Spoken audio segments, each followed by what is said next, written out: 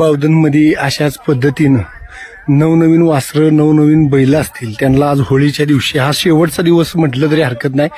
इथनं पुढं माणसं बैल झुपत नाहीत. 5 दिवस आरामावर बैल सोडतात. तर आजचा दिवस अख्ख्या बावधन पंचक्रोशीमध्ये बैलांना ट्रेनिंग ही शेवटचं दिलं जातं.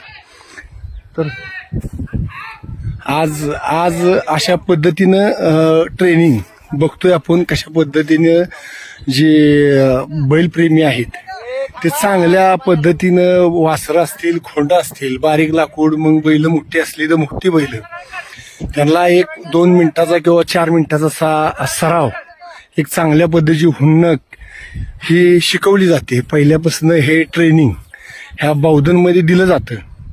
आणि कशा पद्धतीनं दिलं जातं हे तुम्हाला आम्ही दररोज दाखवण्याचा प्रयत्न केला आणि अजून करतोय. आजपासून कोणीही गाडीला किंवा शेतात बैल झुपत नाही. त्याचं कारण की बैलांना आराम 5 दिवस उन्हामध्ये 5 दिवसानंतर उन्हामध्ये दिवसभर कट काढायचा असतो. म्हणून बैल आजपासून आरामावर आणि वाळकं खाद्य त्यांना दिलं जातं. वैरण जास्त प्रमाणात ओलं दिलं जात नाही आजपासून, रतीब थोड्याच प्रमाणात, का तर आता 5 दिवस राहिल्यात.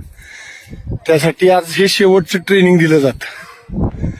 तर मध्ये जी आपण परवा दिवशी खरी झालेली सुरेश नारायण प्रसाद बावधन यांचा हा खोंड आहे नवीन आणलेला, त्याला ट्रेनिंग दिलं जाते. कशा पद्धतीने देतात ते बघा. अशा पद्धती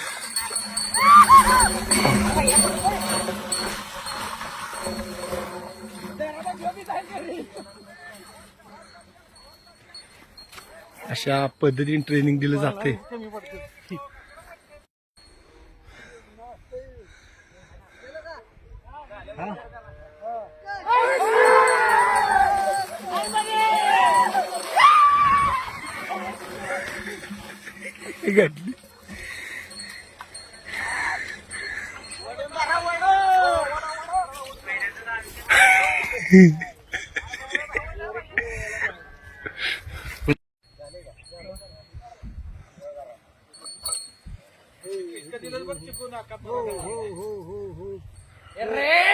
ए यार आपल्याला झोपायचंय परत जत्रा झाली की.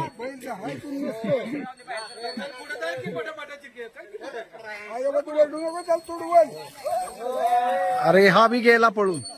हो हो ए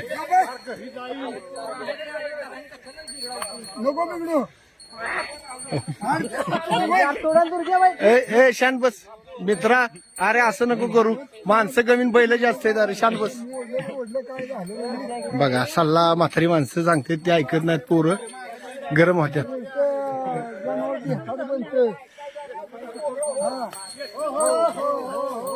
ना तुम्ही बाजूला तुडवलं तर उद्योग वाढायचा बिना कामाचा बाहेर. हो हो हो. अरे शरीर क्षेत्र नाही मित्र, हे आपलं बगाडाला झोपायचे.